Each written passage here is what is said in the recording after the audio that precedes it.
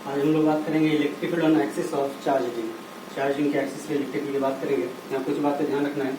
एक तो जो क्यू चार्ज यूनिफॉर्मली डिस्ट्रीब्यूटेड होना चाहिए, आगे डिस्कस करूंगा क्यों यूनिफॉर्मली डिस्ट्रीब्यूटेड होना चाहिए। यहाँ जो सी पॉइंट है वो सेंटर ऑफ द रिंग है, आर जो है रेडियस ऑफ द रिंग है, रिंग का रेडियस वो आर के बराबर है, और पॉइंट पी जहाँ पे इलेक्ट्रिक फील्ड हम लोग को निकालना है, इसी पॉइंट पी पे निकालना है। एक्सिस है तो ये पॉइंट पी पे इलेक्ट्रिक फील्ड निकालना है, तो पॉइंट पी जो है on axis of the ring, यहाँ से एक्स दूरी पे है।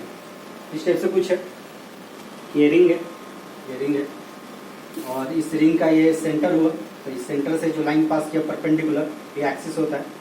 इसी एक्सिस पे एक पॉइंट यहाँ पे पी है, इस पॉइंट पी पे हम लोग को इलेक्ट्रिक फील्ड निकालना है।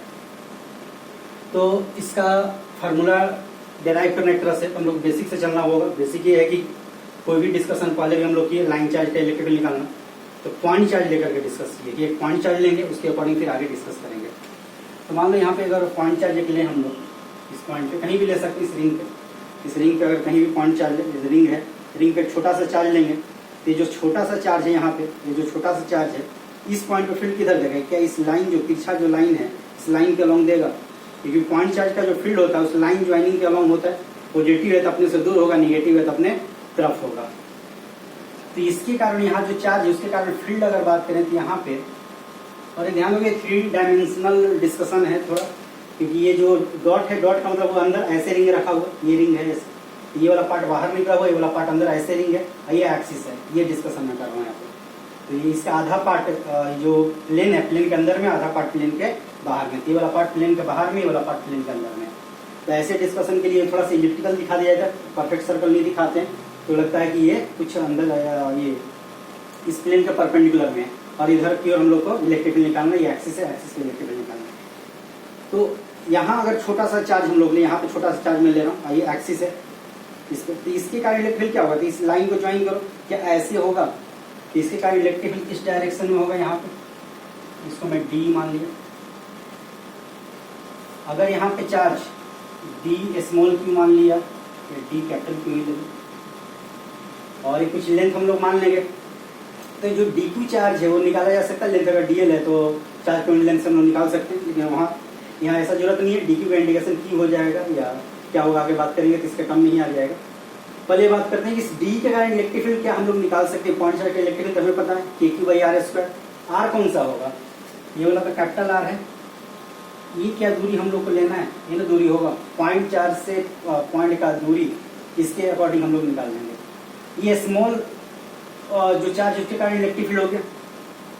तो कहीं भी पूरा इलेक्ट्रिक फील्ड निकालने का तरीका यही हो रहा है, कहीं भी इलेक्ट्रिक फील्ड या कोई भी चीज हो, कि स्मॉल का निकालो, देन उसको इंटीग्रेट करो। इंटीग्रेट करने में ध्यान रखना है, तो अगर स्केलर वाला डिस्कशन है तो डायरेक्ट इंटीग्रेट कर देना, वेक्टर वाला डिस्कशन है तो देख लेना कि सब अगर सेम डायरेक्शन है तो इंटीग्रेट कर दो, कोई दिक्कत नहीं है। लेकिन अगर सब अलग अलग डायरेक्शन में तो कंपोनेंट लेके इंटीग्रेट करना होता है।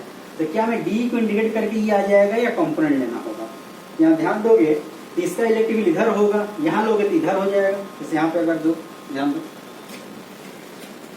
तो ये एक्सिस हुआ और ये तुम्हारा रिंग हुआ। अब इसके कारण अगर लोगे यहाँ से, तो ये वाला तो ऐसे देगा, इसके कारण इधर देगा, इसके कारण इधर देगा, इसके कारण इधर देगा। तो क्या एक कोण बनाएगा ऐसे, तो कोनिक वाला पार्ट होगा ऐसे, ऐसे करके यहाँ पे एक्सिस है, ये वाला एक्सिस है। तो ये जो इलेक्ट्रिक फील्ड ऐसे तिरछा देगा, ये इलेक्ट्रिक फील्ड ऐसे तिरछा देगा, ये इलेक्ट्रिक फील्ड ऐसे नीचे की ओर तिरछा देगा, ये इलेक्ट्रिक फील्ड ऐसे ऊपर की ओर तिरछा देगा। तो क्या कोण जैसा पार्ट बनाएगा, ऐसे ऊपर ऐसे ऐसे कुछ बनाएगा। तो क्या सब अलग अलग डायरेक्शन में दे रहा है? दैट मीन्स हम लोग को कंपोनेंट लेना पड़ेगा। तो कंपोनेंट लेके जो है, इसका दो कंपोनेंट लो, एक इधर का एक इधर का, दोनों को इंडिकेट कर लो तो वैल्यू आ जाएगा। उसमें भी एक तरीका बताया था कि अगर कंपोनेंट ले रहे हो, कुछ सिमेट्री बन जाए, तो दो की जगह एक ही इंटीग्रेशन से काम चल जाता है।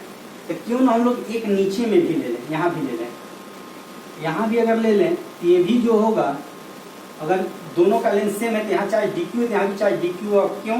क्योंकि यूनिफॉर्म डिस्ट्रीब्यूशन, यही इसीलिए यूनिफॉर्म डिस्ट्रीब्यूशन करेंगे। यूनिफॉर्मली डिस्ट्रीब्यूटेड होगा तब जाके जितने यहाँ सेम लेंथ पे सेम चार्ज होगा दोनों जगह। यहाँ अगर 1 मिलीमीटर है तो यहाँ भी 1 मिलीमीटर लेंथ लिया गया, यहाँ चार्ज अगर 1 माइक्रोकूलम है तो यहाँ भी चार्ज 1 माइक्रोकूलम होगा, तब जाके दोनों वैल्यू डी ही होगा। अगर यूनिफॉर्मली डिस्ट्रीब्यूटेड नहीं होगा तो दोनों वैल्यू सेम नहीं होगा, तो उस केस में ये वाला वैल्यू जीरो नहीं होने वाला है, कैंसिल आउट नहीं होगा। यूनिफॉर्म रहेगा तभी जाके होगा। तो डिस्कशन हम लोग यूनिफॉर्म डिस्ट्रीब्यूशन का कर रहे हैं, तो ध्यान रखना है यूनिफॉर्म डिस्ट्रीब्यूशन का फॉर्मूला निकाल रहे हैं। अब इसमें फायदा ये होगा, ये थीटा है, ये थीटा होगा, इधर से देख सकते हैं दोनों थीटा होगा। ये कंपोनेंट कैंसिल आउट हो जाएगा डी का साइन थीटा। तो इंटीग्रेशन केवल एक करना होगा, दो इंटीग्रेशन नहीं करना होगा। और एक कंपोनेंट पे चलोगे तो एक इंटीग्रेशन इधर करना होगा, इधर करना होगा। ये करके देख लेना, अगर करोगे भी प्रॉपर लिमिट दे करके तो जीरो आ जाएगा। अभी इधर का इंटीग्रेशन करना कितना होगा, जो वैल्यू आएगा डी का कॉस्ट का, तो ओवरऑल क्या 2d का कॉस्ट थीटा होगा, इधर होगा डी का साइन थीटा, इधर भी कितना होगा डी का साइन थीटा। तो डी का साइन थीटा कैंसिल आउट हो जाएगा, या इसको इंटीग्रेट कर ले तो हमारा काम चल जाएगा। तो सबसे पहले तो डी की बात करें, डी कितना होगा, तो डी का वैल्यू क्या KQ/R² होगा, ये ना होगा, ये दूरी R, ये दूरी लेना है, 4 से 0.4 की दूरी या सिलेक्टिवली इस लाइन में DQ R² का वैल्यू क्या होगा, capital R² plus x² Pythagoras theorem, ये डी का वैल्यू होगा। अब हमें 2d के कॉस्ट का इंटीग्रेट करना है। यहाँ तो एक वेरिएबल क्वांटिटी क्या है, और यहाँ देखो तो dq वेरिएबल क्वांटिटी केवल है, r और x कांस्टेंट क्वांटिटी, दूरी तो कांस्टेंट है, रेडियस कांस्टेंट है, इवन थीटा भी कांस्टेंट क्वांटिटी है, थीटा वेरिएबल नहीं है, क्योंकि ये दूरी तो चेंज नहीं होने वाला ना, दोनों रेडियस भी होगा, दूरी वही है। हमें ये चार्ज जो है चेंजिंग कर रहा है, चार्ज चेंजिंग हो रहा है। इस टाइप से रिंग का तुम्हारा रिंग है, एक 0.4 यहाँ लिया, 0.4 यहाँ लिया, ये इधर दिया तो दोनों कैंसिल आउट हुआ, हर जगह ही होगा, इधर का और इधर का कैंसिल आउट हो जाएगा, इधर का कैंसिल आउट हो जाएगा। तो ऐसे देख सकते हो, यहाँ वाला 0.4 ऐसे दिया, यहाँ वाला ऐसे दिया, तो दोनों कैंसिल आउट हो जाएगा। यहाँ वाला इधर दिया तो यहाँ वाला इधर दिया, तो कैंसिल आउट हो जाएगा। तो हर जो परपेंडिकुलर वाला है एक्सिस के, या इसके प्लेन वाला बोल सकते हो, वो कैंसिल आउट होगा, इसके एक्सिस के अलॉन्ग है वही बचेगा। तो ये एक बात ध्यान रखोगे कि जो यूनिफॉर्मली चार्जिंग है उस पे, उसके एक्सिस पे जो इलेक्ट्रिक फील्ड होता है एक्सिस के अलॉन्ग होता है। नॉन यूनिफॉर्म होगा तो फिर किसी भी डायरेक्शन हो सकता है, लेकिन यूनिफॉर्मली डिस्ट्रीब्यूटेड है तो उस केस में एक्सिस के अलॉन्ग ही होगा। अब जो नेट इलेक्ट्रिक फील्ड होगा वो इसका इंटीग्रेशन होगा, इंटीग्रेशन ऑफ 2d का cos थीटा होगा। अब cos थीटा वैसे कांस्टेंट क्वांटिटी बाहर कर सकते हो, वैल्यू तो लिख लो पहले, KdQ R² plus x²। cos theta का वैल्यू कितना होगा, तो बेस बाई हाइपोटेन्यूज, तो बेस हुआ x, हाइपोटेन्यूज कितना होगा अंडर R² प्लस x², क्या वैल्यू होगा। तो यहीं पे सो इंडिकेट कर दे रहा हूँ, जो कांस्टेंट है उसको बाहर कर लो, क्या क्या कांस्टेंट है, तो 2kx divide by R² plus x² to the power d/2 constant quantity. Integration किसका होगा, तो dq का, इंटीग्रेशन dq का होगा, रेस्ट क्वांटिटी कांस्टेंट है, ये सब कांस्टेंट क्वांटिटी है। dq का इंटीग्रेशन कितना होगा, q होगा या q/2 होगा। एक बात और ध्यान देने के लिए मैं बोला था पहले भी कि जब सिमेट्री वाला डिस्कस करोगे तो उसके साथ तुम्हें आधा ही इंटीग्रेट करना होता है, आधा अपने आप आ जाएगा, इसके बदले ये आया, इसके बदले इधर से आ जाएगा, इसके बदले इधर से आ जाएगा, तो ये यहाँ से यहाँ चलोगे तो ये अपने आप इंक्लूड हो जाएगा। तो कहीं भी सिमेट्री वाला डिस्कशन करोगे तो हमेशा ध्यान रखोगे आधा इंटीग्रेशन करना है, पूरा नहीं करना। तो dq को आधे इंटीग्रेशन में लेके जाओगे तो q होगा या q/2 होगा, q/2 होगा। तो dq का इंटीग्रेशन 0 to q/2 होगा। तो ध्यान रखना, इम्पोर्टेंट पॉइंट है। तो कितना आ जाएगा, 2kx divide by R² plus x² to the power 3/2 into यही फार्मूला होगा, इसको नोट डाउन कर लो, इसको फार्मूला लिख के फिर आगे बात करते हैं।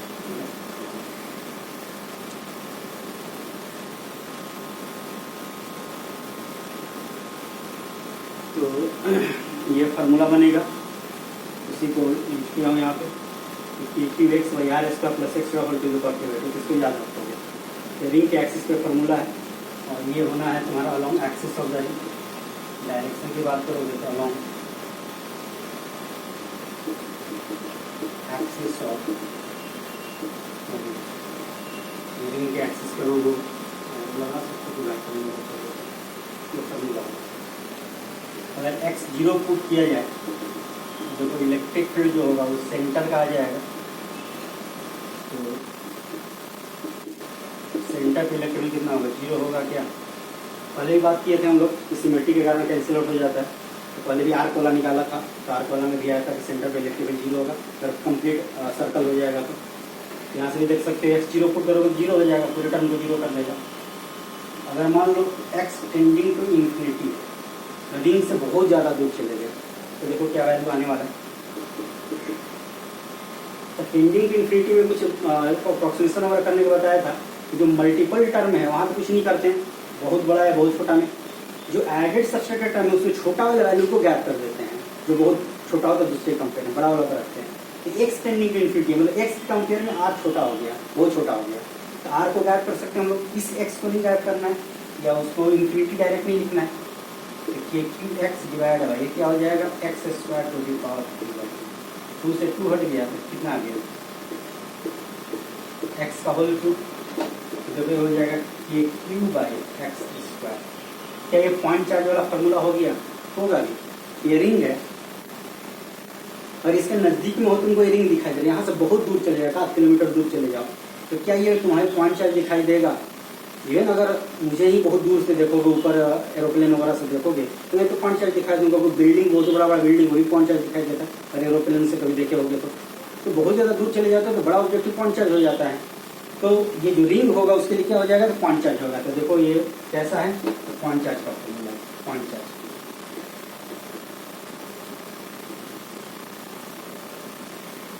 तो रिंग से बहुत ज़्यादा दूर चले जाओगे तो कैसा हो जाएगा, पॉइंट चार्ज। ये अप्रोक्सीमेशन कैसे करना उसके लिए मैं बता दिया, तो पॉइंट चार्ज जैसे भी हम लिख सकते हैं, लेकिन कैसे अप्रोक्सीमेशन करना होता है कहीं भी अगर जरूरत पड़ेगा तो कैसे करेंगे, किसी भी क्वेश्चन डिस्कशन में तो ध्यान रखना है कि छोटे वाले वैल्यू को गैप करना, वो भी एडिशन सब्सट्रैक्शन प्लस माइनस की वजह से। मल्टीपल की जगह से किसी को गैप नहीं करना है, किसी को डायरेक्ट नहीं पुट करना है, यानी कि x equal to infinity direct put करना, ऐसा नहीं करना। तो ये काम करना है, ये सब चीज़ें तुम्हारा जो मैथ में लिमिट वगैरह होता है उसी से रिलेटेड डिस्कशन है, तो वहाँ भी कंफर्ट हो गया ऐसा। तो ये काम हम लोग यहाँ पे करेंगे जहाँ भी होगा, ये काम यहाँ। ये तो पॉइंट चार्ज का इलेक्ट्रिक फील्ड हो गया, फॉर्मूला हो गया। अब इलेक्ट्रिक फील्ड का थोड़ा सा ग्राफ की बात कर लेते हैं कि कैसे वेरिएशन होगा। तो देख लो, अगर यहाँ पे एक्स को इन्फिनिटी एग्जैक्ट पुट किया जाए तो कितना होगा, एग्जैक्ट अगर वैल्यू पुट किया जाए तो के क्यू बाई इन्फिनिटी का होल स्क्वायर, तो 1 बाई इन्फिनिटी 0 होता है तो क्या 0 हो जाएगा, तो क्या वैल्यू कितना हो जाएगा, 0। एक तरह से बहुत ज़्यादा दूर चले गए तो 0 के बराबर हो जाएगा। तो देखो सेंटर पे भी 0 है और इन्फिनिटी पे भी 0 है, बहुत दूर चले गए तो इन्फिनिटी में 0, तो 0 यहाँ भी और वहाँ भी 0, कहीं दो जगह 0, दो वैल्यू। तो सिंपल मैथड लगाओ कि अगर एक जगह 0 फिर इन्फिनिटी पे जाके 0 है, कहीं भी जाके 0 है, तो ऐसे ही हो सकता है कि टोटली 0 हो एकदम, यहाँ से वहाँ तक 0 हो, या नहीं तो एक बार बढ़ा होगा फिर घटा हो, तभी ना हो सकता है ये घटा हो दिन बढ़ा हो, कल इंक्रीज करे दिन डिक्रीज करे, या डिक्रीज करके इंक्रीज करे। तो टोटली 0 तो नहीं दिख रहा है कि टोटली 0 बीच में कुछ इक्वेशन आ रहा है, मतलब ऐसा कुछ हुआ होगा, ग्राफ कुछ पहले ऊपर जाएगा फिर नीचे जाएगा, ऐसे कुछ रहेगा। तो कहीं ना कहीं मैक्सिमम मिनिमम वाला चक्कर यहाँ होने वाला है कि ग्राफ ऐसे हो या ऐसे हो तो मैक्सिमम मिनिमम वाला होता है, या इलेक्ट्रिक फील्ड बीच में कहीं ना कहीं मैक्सिमम होने वाला है। अब वेक्टर में कुछ ऐसा मिनिमा वगैरह का कंसेप्ट नहीं होता कि इधर का वेक्टर, जैसे वेक्टर में अगर पढ़े होगे तो अगर मान लो 5 न्यूटन इधर का फोर्स है और 5 न्यूटन इधर का फोर्स है, तो ये नहीं बोल सकते कि इधर को +5 बोल देते हैं, इधर को -5 बोल देते हैं और बोल देते हैं बड़ा फोर्स है छोटा फोर्स है। तो ऐसा नहीं होगा कि इधर का 5 न्यूटन बड़ा फोर्स हो जाएगा, इधर का 5 न्यूटन छोटा फोर्स हो जाएगा। ये बात ध्यान देना, फिर से सुन लो, ये हमेशा ये ध्यान रखो, जरूरत पड़ेगा कि इधर एक 5 न्यूटन फोर्स है, एक फोर्स इधर 5 न्यूटन है, तो उनसे पूछो कौन बड़ा। तो जनरली करते क्या कि इधर राइट वाला प्लस मान लेते हो, लेफ्ट वाला माइनस मान लेते हैं, राइट का प्लस लेफ्ट का माइनस, ये वाला +5 ये वाला -5 बोल के कर देते हो कि बड़ा फोर्स है छोटा फोर्स, ये काम नहीं कर सकते। वेक्टर में कंपेरिजन तभी किया जाता है जब सेम डायरेक्शन का चीजें हो, दोनों फोर्स हो, ऑब्वियस बात वही कंपेयर करोगे। इधर का 5 इधर का 5 बराबर हुआ, इधर का 5 इधर का 7, तो 5 छोटा हुआ 7 बड़ा हुआ, इधर का 5 इधर का 7, ये नहीं हुई 7 बड़ा हुआ 5 छोटा, ये नहीं बोल सकते, तो ऐसा कुछ नहीं किया सकता है।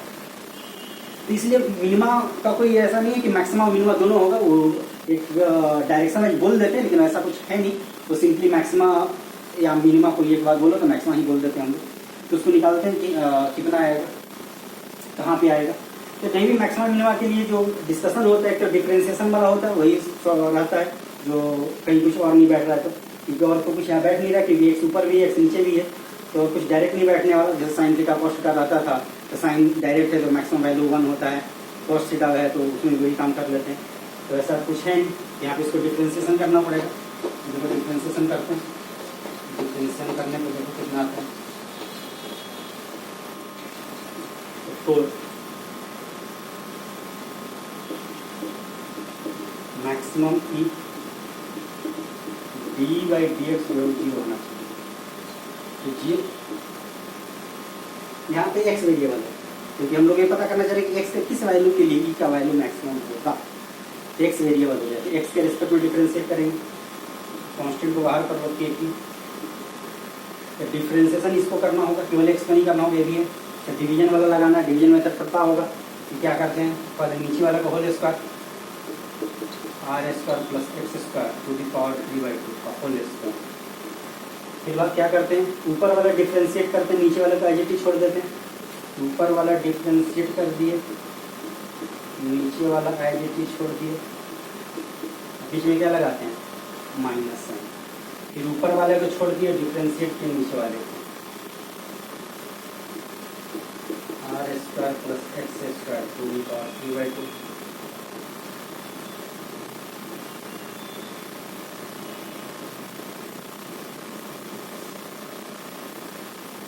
ये चीज़ है। अब इसको जीरो कर देना है, इसको डिफ्रेंशिएट करो, देखो कितना है, कर चलो ठीक है।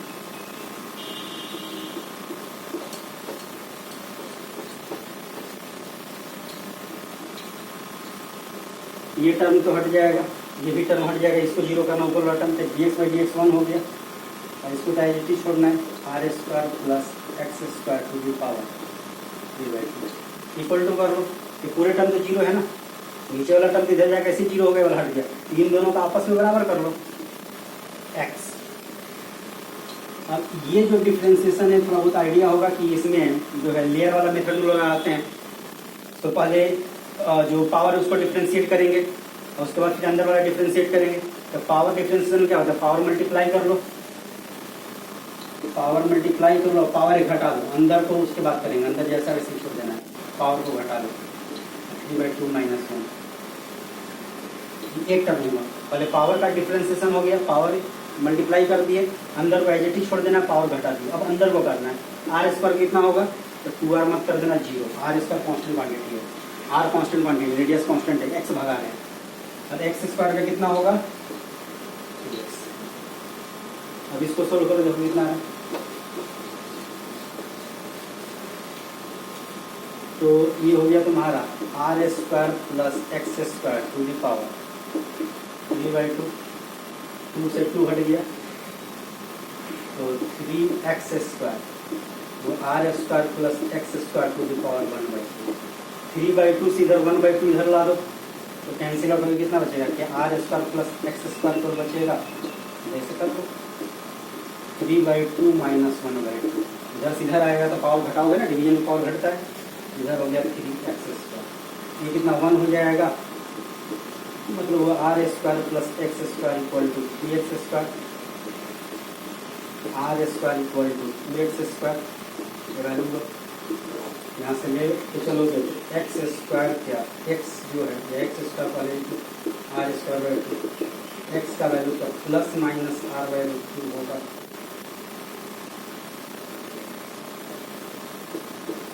एक वैल्यू प्लस में आएगा तो एक वैल्यू माइनस में आएगा, उधर का वैल्यू प्लस माइनस उधर का वैल्यू माइनस, तो सेम दूरी पे ही होगा, प्लस माइनस इसलिए आ रहा है तो आगे का वैल्यू प्लस हुआ, एक्सपोनेंट पीछे का माइनस हुआ, इसको याद रखोगे एज ए फॉर्मूला।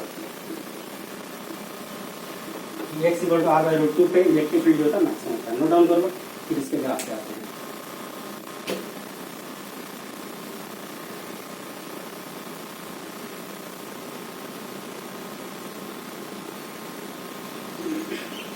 तो इसके ग्राफ की बात करते हैं। तो ग्राफ में बताया था पहले भी कि एक्स कोऑर्डिनेट वाला दूरी वाला ले लेते हैं, इलेक्ट्रिकल परपेंडिकुलर में ले लेते हैं ग्राफ के लिए, जैसे इलेक्ट्रिकल डायरेक्शन ही होगा, लेकिन इधर का अगर इलेक्ट्रिकल प्लस मानोगे, इधर का माइनस, इधर का इलेक्ट्रिकल अगर ऊपर ड्रॉ करेंगे, इधर का इलेक्ट्रिकल नीचे ड्रॉ करेंगे। तो ड्रॉइंग में काम करते हैं, पहले भी एक बार आ चुका है ग्राफ का। अब इधर का एक्स प्लस, इधर का एक्स माइनस है, वही वाला एक्स हो गया, ये वाला इलेक्ट्रिकल प्लस में हो गया, इलेक्ट्रिकल माइनस में होगा, ये ग्राफ ऊपर जाएगा, ग्राफ नीचे जाएगा। तो इलेक्ट्रिकल एक्स इक्वल 0 पे 0 था, ये ग्राफ हमारा था एक्स इक्वल 0 पे 0 है, एक्स इक्वल 0 पे इलेक्ट्रिक फील्ड 0 है, एक्स 0 पे इलेक्ट्रिक फील्ड 0 है। दूसरा एक्स इन्फिनिटी पे भी इलेक्ट्रिक फील्ड कितना है 0, और x equal to r by root 2 plus minus दोनों लगा सकते हो। इलेक्ट्रिक फील्ड जो है वो कैसा है, तो मैक्सिमम। यही इन्फॉर्मेशन पे हम लोग ग्राफ ड्रॉ करने वाले हैं। तो जीरो से स्टार्ट हुआ, कल इधर का बात कर रहे थे, जीरो से स्टार्ट हुआ और इलेक्ट्रिक फील्ड उधर है, इसको ऊपर ड्रॉ करने वाला, किस क्वाड्रेंट में होगा, जीरो से जीरो गया है तो ग्राफ ऊपर जाएगा फिर नीचे जाएगा। तो यहाँ से ऐसे स्टार्ट तो होगा, ऐसे जाके क्या यहाँ कट करने वाला है कि टच करने वाला है। ग्राफ ध्यान रखोगे, जब भी इन्फिनिटी पे कोई वैल्यू जीरो होता है तो वो एसिम्प्टोट जैसा बनता है, मैथ में पढ़ोगे या पढ़े होगे, एसिम्प्टोट बोलते हैं। तो ऐसे ही जाके इसको टच करेगा, ऐसे धीरे धीरे जीरो होगा, एकदम इन्फिनिटी पे जाके जीरो होगा। तो उस पर हम लोग ड्रॉ कर नहीं सकते हैं, इसको और तुम बड़ा करना चाहो करो, कुछ ग्राफ ऐसे होगा, यहाँ से बड़ा, ये यहाँ जाके जीरो जीरो एकदम धीरे धीरे सटता जाएगा, सटता जाएगा, सटता इन्फिनिटी पे जाके एकदम सटेगा। तो इन्फिनिटी का मीनिंग नहीं है, इसको कोई सटा नहीं देना, टच नहीं कराना, ये हाइट धीरे धीरे धीरे धीरे कम होता जाएगा, कम होता जाएगा, कम होता ही जाएगा। तो ये ग्राफ होगा, जैसे रफली ये ग्राफ है। तो ये वैल्यू कितने के बराबर होगा, ये होगा R/√2, यही चीज याद रखना, R/√2 इलेक्ट्रिकल मैक्सिमम होता है। अब इसको हम लोग ऊपर में ड्रॉ किए तो इसको किधर ड्रॉ करना होगा, नीचे में, इसको ऊपर में नहीं कर सकते, क्यों, क्योंकि इलेक्ट्रिकल यहाँ राइट में, यहाँ इलेक्ट्रिकल लेफ्ट में होगा, प्लस चार्ज इलेक्ट्रिकल अपने से दूर, तो इधर राइट में, तो इधर किधर होगा, लेफ्ट में, यहाँ इलेक्ट्रिकल किधर होगा, लेफ्ट में, लेफ्ट में होगा मतलब नीचे होगा। यहाँ ग्राफ ऐसे दिखा जाएगा, कंटिन्यूअस जैसा ड्रॉ कर सकते हैं, कुछ ऐसा कर होना जरूरी नहीं है।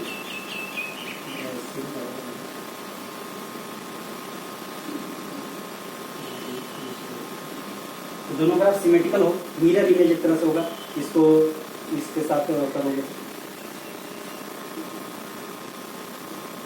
R/√2, इसको माइनस लगा सकते हैं। अब इसी ग्राफ को देखते हुए लोग बोल देते हैं कि यहाँ के इलेक्ट्रिकल मैक्सिमम, यहाँ मिनिमम, बताया वेक्टर में ऐसा कुछ नहीं है कि maximum value of electrical minimum value of electrical, दोनों मैक्सिमम है। एक डायरेक्शन वाइज नहीं बोल सकते कि +5 थे -5 तो बड़ा हो गया, एक छोटा हो गया, तो दोनों मैक्सिमम इलेक्ट्रिक फील्ड है। तो मैक्सिमम ही बोला जाता है, क्योंकि दोनों को एक बोलना तो मैक्सिमम ही बोलेंगे, क्योंकि वो यही पूछेगा मैक्सिमम इलेक्ट्रिक कहाँ होगा। तो दोनों के अगर वैल्यू दिया है तो दोनों आंसर देना होगा, ये भी और ये भी, तो ध्यान रखोगे। R/√2 पे तुम्हारे इलेक्ट्रिकल मैक्सिमम होगा, तो ये हम लोग यूज करेंगे आगे डिस्कशन में भी। ये ग्राफ का हो गया, तो यहाँ जीरो से जीरो होता है। तो ये बात इसलिए ध्यान रखना है, एक और चीज यहाँ पे, जैसे पॉइंट चार्ज के इलेक्ट्रिकल क्या होता है, पॉइंट चार्ज के इलेक्ट्रिकल यहाँ जैसे जैसे दूर जाते इलेक्ट्रिकल घटता है, लेकिन यहाँ इलेक्ट्रिकल क्या, पहले इलेक्ट्रिकल बढ़ा है दिन घटा है। ये बहुत काम का चीज है कि इसका इलेक्ट्रिकल पहले बढ़ता है दिन घटता है, यानी कि दूर जाओगे इलेक्ट्रिकल घटेगा, क्योंकि अभी तक माइंड में ही होगा, लाइन चार्ज में भी था, जैसे जैसे दूर जाते इलेक्ट्रिकल घटता है।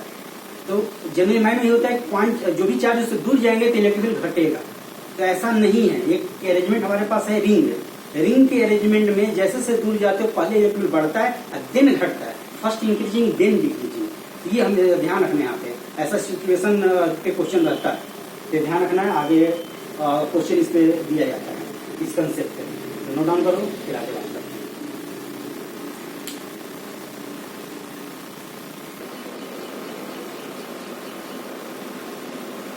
रिंग में एक बात है कि जो R/√2 दूरी है वहाँ पे इलेक्ट्रिकल मैक्सिमम होगा। उसी डिस्कशन में जस्ट एक और चीज है, उसको भी साथ में याद रखोगे, वो ये है कि बहुत बार ऐसा डिस्कशन आता है कि दो पॉइंट चार्ज है, दो ही चार्ज है, पूरा रिंग नहीं है, दो चार्ज इक्वल वैल्यू का है, इक्वल दूरी पर रखा है और एक्स एक्सिस पे जा रहे हो, वही रिंग वाला जैसा एक तरह से कि पूरा रिंग होता था और इधर जा रहे हो, कितने दूरी पे इलेक्ट्रिक फील्ड जो होगा मैक्सिमम होगा, ये बात करना है। पहले तो इलेक्ट्रिक फील्ड निकालते हैं कितना आएगा, तो इसके कारण इलेक्ट्रिक फील्ड अगर निकालोगे, ये 0, माइनस है, ये 0, ये भी दूरी है, ये भी दूरी है, हुआ ये x,0 पे दूरी x हुआ, तो कोऑर्डिनेट लिख लोगे, इसको मैं हटा रहा हूँ। तो यहाँ और यहाँ के कारण इलेक्ट्रिक फील्ड निकालोगे तो क्या, ये इलेक्ट्रिक फील्ड इधर, ये वाला इलेक्ट्रिक फील्ड इधर देगा, ये इस डायरेक्शन में देगा और ये इस डायरेक्शन में देगा। फिर वही बात, दोनों बराबर होगा, एंगल थीटा थीटा लेंगे। चार्ज को स्मॉल क्यों ले रहा हूँ, उससे कंफ्यूजन ना हो, इससे दोनों में डिफरेंस होता है उसमें, ये थीटा और थीटा हो जाएगा। इलेक्ट्रिक फील्ड अगर ई और ई है, दोनों इलेक्ट्रिक फील्ड तो बराबर होगा, दूरी ये वाला लेना होगा, ये वाला दूरी ए है, ये वाला एक्स है, तो ये हो जाएगा √a² प्लस x²। तो नेट इलेक्ट्रिक फील्ड कितना होगा किस पॉइंट पे, क्या ये 2e का cos थीटा होगा। तो देखो उसी रिंग वाला जैसे वहीं इंडिकेट कर ले तो पूरा चार्ज आया तो देखो फॉर्मूला वो ऐसा ही आएगा। देखो ई कितना होगा, तो KQ/R², तो Q उसका स्क्वायर करोगे तो क्या a² प्लस x² होगा। cos थीटा कितना, base by hypotenuse x/a² plus x² under. Electric field at point पे क्या सेम फॉर्मेट है? 2kqx divide by a square plus x square to the power 2 terms इसलिए कि टोटल चार्ज मिला के 2q हो गया और टोटल चार्ज रिंग पे मिला के q था, तो आधा पे इंडिकेशन हम लोग किए थे। पैटर्न देखो, पैटर्न क्या वही है कि x वाला पैटर्न था, 2 अगर हटा दे तो a square plus x square to the power 2/2। अगर इसको डिफरेंशिएट करें तो सेम ही ना वैल्यू आएगा मैक्सिमम मिनिमा का, ये बात ध्यान रखोगे। तो अगर सेम पैटर्न पे अगर डिस्कशन है तो EP मैक्स कहाँ होगा? EP will be maximum at x equal to क्या a बाई, यहाँ पे वही दूरी रेडियस ध्यान रखना, ये वाला रेडियस है यही a बाई रूट 2, क्या a बाई रूट 2 पे होगा? इलेक्ट्रिक कहाँ मैक्सिमम होगा? a by root 2। तो ये पॉइंट चार्ज में ध्यान रखोगे। तो ये अगर बहुत बार होता है कि टोटल दूरी देता है, तो टोटल दूरी दिया तो आधा ही लेना, तुमको रेडियस वाला लेना है, तो रेडियस बाई रूट 2 पे इलेक्ट्रिक फील्ड मैक्सिमम होगा। इधर जाओगे या इधर जाओगे, दोनों में कोई फर्क नहीं पड़ने वाला। ये पॉइंट चार्ज अगर 2 का हुआ या इवन 4 का भी हो सकता है, इस टाइप से देकर के। ये स्क्वायर है, चलो पहले नोट डाउन करो, फिर 4 वाला पे बात करते हैं। 4 वाला में दूरी कौन सा लेंगे? ये बाई वो r बाई रूट 2 वाला तो नहीं होगा, रेडियस क्या लेंगे वो ध्यान देना होगा। तो इसको नोट डाउन करो, फिर 4 वाला बात करते हैं।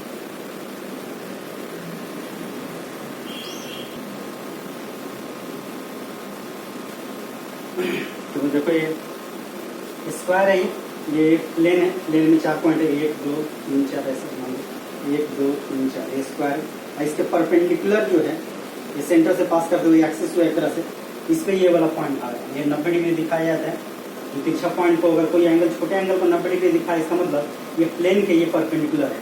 ये तरीका होता है, कोई भी एंगल जो है तुमको 90 नहीं दिख रहा, उसको 90 दिखाया गया, मतलब उस प्लेन में वैल्यू नहीं है, जो लेंथ उस प्लेन में नहीं है, वो आउट ऑफ प्लेन है, परपेंडिकुलर में जाके है।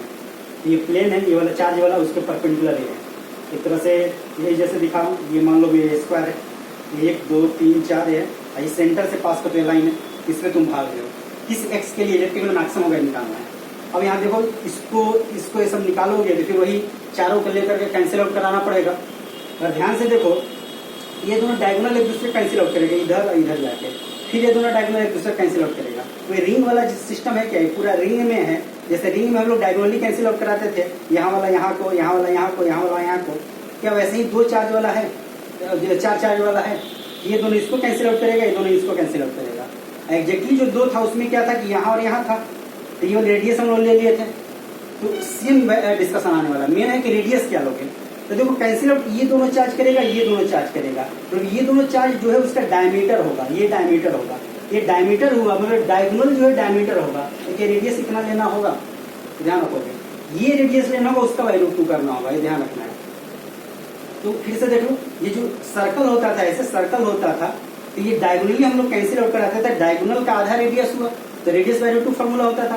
तो हम लोग डायगोनल रेडियस जो है डायगोनल का आधा होता था। डायगोनल डिसाइड करना है डायगोनल क्या है, तो देखो डायगोनल ये नहीं है, 4 चार्ज अगर हम लोग ले, ये डायगोनल नहीं है, डायगोनल ये है, ये दोनों एक दूसरे को कैंसिल आउट करेगा, ये दोनों नहीं। तो रिंग में जो कैंसिल आउट करता था डायगोनली अपोजिट कैंसिल आउट करता था, यहाँ भी जो कैंसिल आउट करेगा वो डायगोनल होगा, वो डायगोनल अपोजिट पॉइंट होगा, वो डायगोनल पॉइंट हो जाएगा, डायगोनल लेंथ हो जाएगा।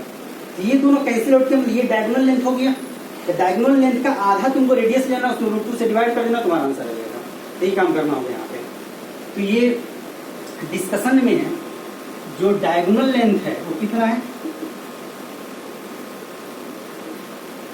डायगोनल लेंथ जो है वो कितने के बराबर है, तो क्या रूट 2 है डायगोनल लेंथ। डायगोनल लेंथ क्या है, रूट 2 है, इसी का डायगोनल जो है वही डायगोनल लेंथ होगा। ये दोनों एक दूसरे कैंसिल आउट कराएगा, ये दोनों, फिर ये दोनों एक दूसरे कैंसिल आउट कराएगा। ये 90 डिग्री है, भी ध्यान रखोगे, ये भी एंगल कितना है, 90 डिग्री। तो प्लेन में ऐसा दिखाया गया, ये स्क्वायर है, तो तिरछा ये नहीं है, तो प्लेन में दिखाने के लिए किया जाता है। ये ऐसे थे 90 डिग्री पे, ऐसे 90 डिग्री पे, इस पे एक्सिस है। तो डायग्राम में इतना हुआ, तो देयरफॉर रेडियस इसके अकॉर्डिंग अगर बात करोगे, तो रेडियस जो हो गया रूट 2a बाई रूट 2, क्या a बाई रूट 2 हो गया, इक्विवेलेंट रेडियस बोल सकते हो, EQ भी लिखा, इक्विवेलेंट हो, इक्विवेलेंट रेडियस कितना हो गया। तो therefore x for electric field maximum, electric field maximum x का वैल्यू जो होगा r/√2 होगा, a/√2/√2 हो जाएगा। तो कितने का होगा, क्या a/2 होगा, मतलब x का वैल्यू a/2 थे, यहाँ से a/2 दूरी पे जाओगे तो इलेक्ट्रिक क्या होगा, मैक्सिमम। तो तुम्हें कैलकुलेट नहीं करना होगा, इसको ध्यान में रखोगे। ये जो पॉइंट चार्ज है सिमेट्रिकल वाला उसमें लगा सकते हो, तो 2 में 4 में 6 में ऐसे लगा सकते हो। 3 में नहीं लगेगा, 3 में कैंसिल आउट नहीं करेगा, 1 2 3, तो 3 में कोई कैंसिल आउट करने वाला डायगोनल नहीं ना मिला। 4 में मिल गया कि ये इसको कैंसिल आउट किया, इसको कैंसिल आउट किया, डायगोनल बना, सेंटर से पास करता हुआ, देखो लाइन सेंटर से पास किया, सेंटर से पास किया। तो 2 में 4 में 6 में 8 में 10 में सिमेट्रिकली अगर प्लेस्ड है तो फॉर्मूला लगा सकते हो। जो डायगोनल लेंथ है उसका आधा कर दो रेडियस, रेडियस/√2 कर दो, तुम्हारा वैल्यू आ जाएगा, उस पॉइंट पे इलेक्ट्रिकल मैक्सिमम होगा। ठीक क्वेश्चन देता है तुम्हारा, ये 4 वाला तो पूछ भी चुका है। तो जेईई मेन के लिए बहुत ही फेवरेट डिस्कशन है ये, तो नोट डाउन कर लो। अगले क्लास में इसमें हम लोग कुछ क्वेश्चन करेंगे, ठीक है, नोट डाउन करो।